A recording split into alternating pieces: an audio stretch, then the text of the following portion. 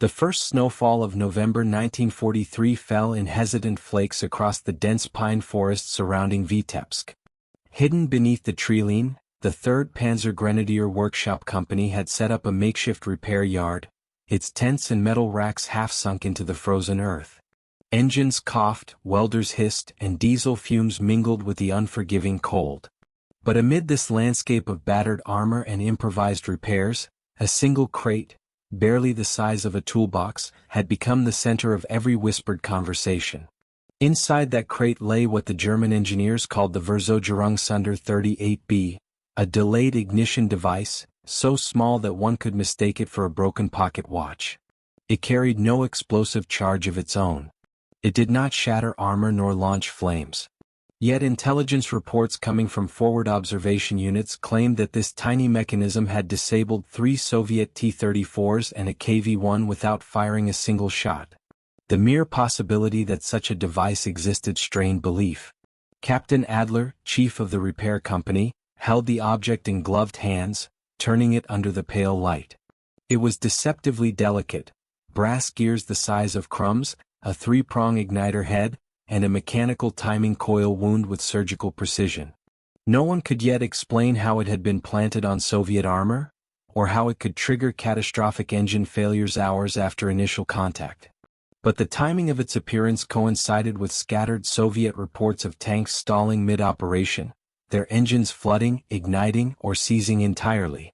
The workshop crew, men accustomed to patching bullet-riddled half-tracks with scrap metal, now found themselves assigned to study a device that belonged less to the battlefield and more to a clockmaker's table. The Wehrmacht expected answers. The Eastern Front demanded results. And rumors whispered that the Soviets, baffled by the inexplicable mechanical failures, had halted a tank push for nearly 2 days. That was what truly frightened Adler. The idea that something this small could stretch itself across an entire front, slowing armored columns, sowing mistrust in machinery, and forcing commanders to question whether their tanks might betray them at any moment.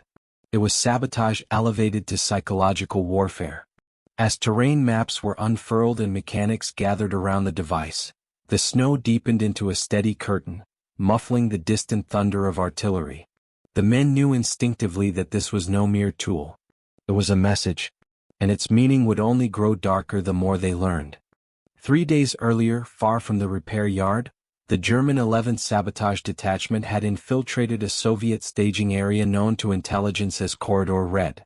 The Soviets were preparing a tank maneuver intended to sever German supply lines outside Smolensk. But a blizzard moving in from the north had slowed troop movement and grounded air reconnaissance, creating a narrow opportunity. Lieutenant Victor Eisen, a former engineering student turned unconventional warfare officer, led the team. His orders were explicit: attach experimental ignition disruptors to as many parked Soviet tanks as possible. The Soviets, confident in the storm's cover, had not expected deep penetration raids. Eisen's men advanced through waist-deep snow, their boots wrapped in cloth to muffle steps, their breath crystallizing in the moonlight. The tanks lay arranged like sleeping beasts, dark shapes buried under snow tarps, their tracks iced, their engines cold. Eisen surveyed them one by one. The T-34s were lined tightly, their rear engine vents partially exposed. The KV-1, enormous and imposing even in stillness, loomed at the far end of the clearing. The Verzögerungszünder 38B was not designed to explode. Instead, once attached to an engine manifold, its coil wound down slowly. Hours later, as the tank warmed and the pilot fuel line pressurized, the device would trigger an ignition disruption. In some cases, it caused backfires that tore the manifold. In others, it flooded the combustion chamber with unburned fuel until the engine seized like a clenched fist. It was sabotage disguised as mechanical misfortune. Working quickly, Eisen's men crawled to each tank, brushing away snow with bare hands despite the freezing bite. They affixed 8 devices in total. The timing coils were each set differently, some for 3 hours, some for 6, others for nearly a full day. Their unpredictability was intentional. No Soviet mechanic would be able to determine whether a failure was coincidence, maintenance error, or enemy action. By the time the blizzard intensified, The detachment was already retreating through the treeline. Eisen paused once to glance back at the faint silhouettes of the tanks. They appeared inert and harmless, but his mind conjured the chain reaction that would follow. Engines dying mid-maneuver, the Soviets scrambling to diagnose impossible malfunctions, officers growing impatient and suspicious. A stalled tank column could turn a well-planned offensive into a chaotic and vulnerable sprawl. "Snow hook is complete," Eisen whispered as he keyed his transmitter. The storm swallowed his voice almost immediately, but the message reached German headquarters all the same. The operation had taken less than an hour. The consequences would echo for days. At dawn, the Soviet 12th Tank Brigade ignited their engines, warming them slowly as doctrine required. Steam rose from exhaust ports, carrying with it the metallic scent of heated machinery. Mechanics hurried between vehicles, shouting over the roar of carbureted engines as the brigade prepared to move.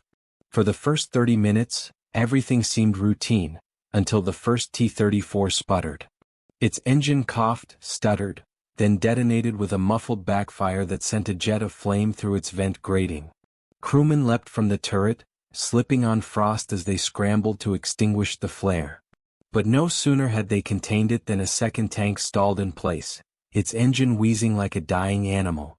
The driver cursed, trying to manually pump fuel into the chamber. The smell of gasoline thickened. By the time the third T-34 seized with a hard metallic crack, panic began to ripple through the ranks. Lieutenant Orlov, the brigade's senior mechanic, inspected the first disabled tank with frustration knotting his jaw. He found no sabotage marks, no drilled holes, no chemical residue, no broken wiring. Instead, it looked like a catastrophic but natural mechanical failure. Yet 3 tanks experiencing near-identical failures within an hour was unheard of. When the KV-1's engine suddenly flooded and refused to crank, Orlov slammed his tools against the hull in helpless disbelief. "We cannot move the column," the brigade commander finally barked. "Not until we understand what we're facing." That decision alone cost the Soviets 12 hours. By noon, additional breakdowns occurred in tanks that had seemed functional earlier. Some refused to maintain idle. Others overheated despite freezing ambient temperatures. Men complained that they felt as though the machines themselves were losing faith in the battle. Rumors spread quickly. German saboteurs disguised as partisans, cursed fuel deliveries, even defective factory batches. Soviet command demanded answers. Orlov insisted they needed time. But time was the one thing the advancing front would not grant them. Frustration bred mistrust. Tank crews blamed mechanics. Mechanics blamed commanders. Commanders blamed the weather. But each breakdown tightened an invisible noose around the brigade's operational readiness. When reconnaissance reports revealed that German armor was repositioning, the brigade finally understood the scale of its disadvantage. Their offensive timetable had collapsed. What should have been a decisive armored push had dwindled into a paralyzed waiting line of half-functional machinery. All because of devices they had not yet discovered, devices no bigger than the palm of a hand. Back at the German repair yard, Captain Adler and his engineering team worked through the night to understand how the ignition device functioned. Using seized Soviet engine parts and diagrams from their intelligence division, they recreated miniature combustion chambers inside insulated metal boxes. The workshop smelled of petrol, solder, and cold iron. Adler set the first device atop a manifold replica. "Observe the timing coil," he told his men. "This is not designed to detonate, it's meant to wait." The coil unwound with hypnotic precision, its gears ticking faintly. After several minutes, the igniter prongs flexed. A spark leapt across them, small but lethal in the right circumstances. The chamber burst into a brief flash of uncontrolled combustion. The men stepped back. "It distorts the ignition cycle," Adler concluded. "It's like interrupting a heartbeat. Or forcing it to beat twice at once," one mechanic added. What astonished them was the sheer craftsmanship. The device resembled a piece of luxury clockwork, its gears polished, its coil calibrated with near-surgical accuracy. It could survive temperature extremes, vibration, and engine heat. Most importantly, it was nearly invisible once installed. The team documented every detail, drafting reports that would be forwarded to high command. The Wehrmacht hoped the device might offer them asymmetric leverage. Instead of destroying enemy tanks outright, they could cripple them silently, sowing confusion rather than rubble. Adler, however, sensed a darker implication. This is only effective because the Soviets trust their machines, he said. If you break that trust, even slightly, you break their momentum. He imagined Soviet crews waking each morning unsure whether their tank would start or explode. He imagined commanders fearful of moving large formations. He imagined psychological paralysis spreading faster than any physical damage. And yet Adler felt uneasy. Although the device was a German creation, its potential to reshape warfare unsettled him.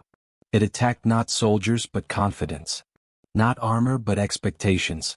A weapon that caused no visible destruction could still alter the course of a battle.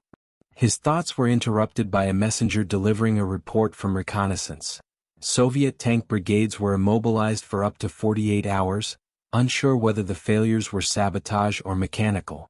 The device worked. But with that success came a realization Adler could not shake. Once warfare embraced invisible sabotage over direct confrontation, the battlefield would never feel honest again. The paralysis of the 12th Tank Brigade delayed Soviet operations long enough for German units to fortify key defensive lines and reposition artillery. Though the Soviets eventually resumed movement, those lost days changed the rhythm of the front. Yet the Verzögerungszünder 38B did not remain a secret for long. Weeks later, Soviet engineers finally discovered a damaged device lodged inside the intake grating of a disabled T-34. Orlov held it in his hand, studying its tiny gears, its strange elegance. He felt both relief at the mystery's resolution and humiliation at not having recognized sabotage sooner. "This is not war," one mechanic muttered bitterly. "Everything in war is war," Orlov replied, though the words tasted sour. Reports of the device filtered upward through Soviet command channels. Countermeasures were devised. Reinforced intake screens, morning inspections of engine housings, new anti-sabotage patrols. But the memory of those 2 immobilized days lingered. Commanders grew hesitant. Mechanics distrustful. Crews anxious. Fear of the unseen is a powerful weapon.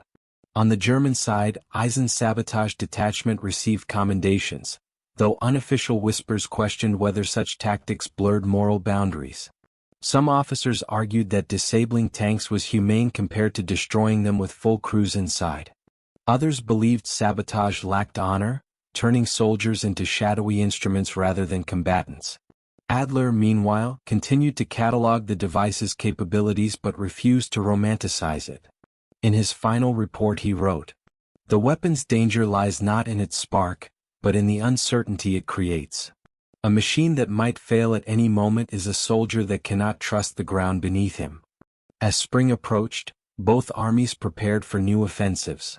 The snow melted, revealing tracks, wreckage, and the quiet scars of unseen skirmishes. But the tiny ignition device had already etched itself into the history of the Eastern Front, not as a decisive war-winning tool, but as a symbol of how miniature mechanisms could influence colossal machines, how subtle sabotage could halt steel giants, and how a single spark could delay an entire army. In future years, veterans would speak of tanks that refused to start during crucial operations, of engines seizing under perfect conditions, and of a creeping superstition that no one could fully dispel. War often remembers explosions, firestorms, and thunderous charges. But sometimes what changes its outcome is a whisper of gears inside a hidden box, small enough to hold in one hand, yet powerful enough to halt a brigade.